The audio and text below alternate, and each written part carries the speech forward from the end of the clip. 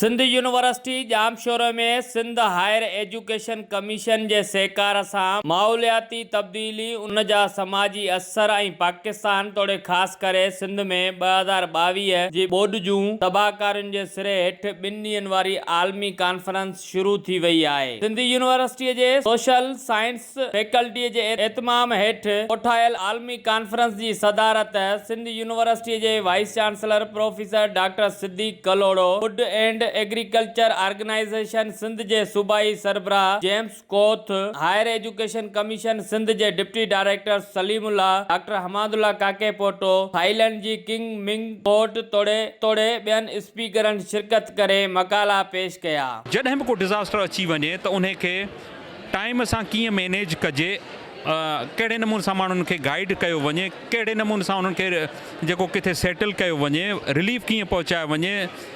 Rehabilitation कहिड़े नमूने सां थिए, त हिकिड़ो त उन में असां इंटरनेशनल जेके स्पीकर्स उन्हनि खे बि इनवाइट कयो, जेके बि इन में पार्टिसिपेंट फिज़िकली बि रूबरू आया आहिनि, जिन सां इहो थींदो त हू पंहिंजे मुल्कनि में जेके डिज़ास्टर आहे त उतां जा एक्सपीरियंस शेयर था कनि। हिन कॉन्फ्रेंस जे थ्रू हिकिड़ी मैसेज वेंदो त केतिरी टाइमली मदद जी ज़रूरत आहे, त जीअं माण्हू जेके अञा ताईं टेंट्स में रहनि था उन्हनि खे असिस्टेंस मिली सघे, उहे रिहेबिलिटेट थी सघनि। क्लाइमेट चेंज जेको आहे उहो कंहिं बि हिकिड़े आस्पेक्ट खां न ॾिसो उनखे।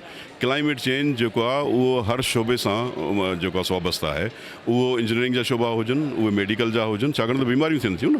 क्लाइमेट चेंज जे हवाले सां जेका प्रेसिपिटेशन थिए थी, जेका टेम्परेचर में वाध ऐं चाड़ जेका थिए थी पई, उन सां गॾोगॾु असांजो बॉडी टेम्परेचर बि मुतासिर थो थिए ऐं उन सां गॾोगॾु जेके इन से वायरल डिज़ीज़ आहिनि उहे बि पैदा थी थियनि। त तव्हां इहो न सम्झो त मेडिकल जेको आहे सो रिलेटेड न आहे, मेडिकल बि असां सां रिलेटेड आहे।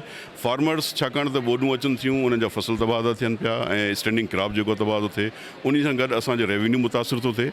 उन जे करे फार्मर्स लॻे थो त उहे उन सां डायरेक्ट मुंसलिक आहिनि। पर को बि शोबो हुजे, इंजीनियरिंग हुजे, मेडिकल हुजे, सोशलॉजी हुजे, इकनॉमिक्स हुजे, पॉलिटिकल साइंस हुजे, इंटरनेशनल रिलेशंस हुजे, इहे सभु शोबा जेके आहिनि उहे क्लाइमेट चेंज सां मुंसलिक आहिनि। उन्हनि खे आइसोलेशन में नथा ॾिसी सघूं। हर माण्हू जो हिकिड़ो पंहिंजो किरदारु आहे। असल में अहिड़े क़िस्म जूं कॉन्फ्रेंसिस थियणु घुरिजनि। My name is Pasanan Asawalak. I'm a professor from King Mongkut University of Technology, Thonburi, Thailand.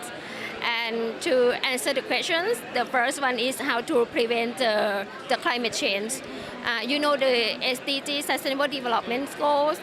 Firstly, we have to follow the goals. It's good because one goal is to combat the climate change. I'm Thidarat Bunsi from Thailand. I have some questions from this guy. He would like to know how does solar radiations can bring us the climate change. In my point of view, once we have the problem about climate change, we need to think about the global warming, which caused by greenhouse gases emissions. Once we have a lot of greenhouse gases in our atmosphere, it can tap the solar energy and it's called the changing in temperatures of sea surface. That's called the climate change.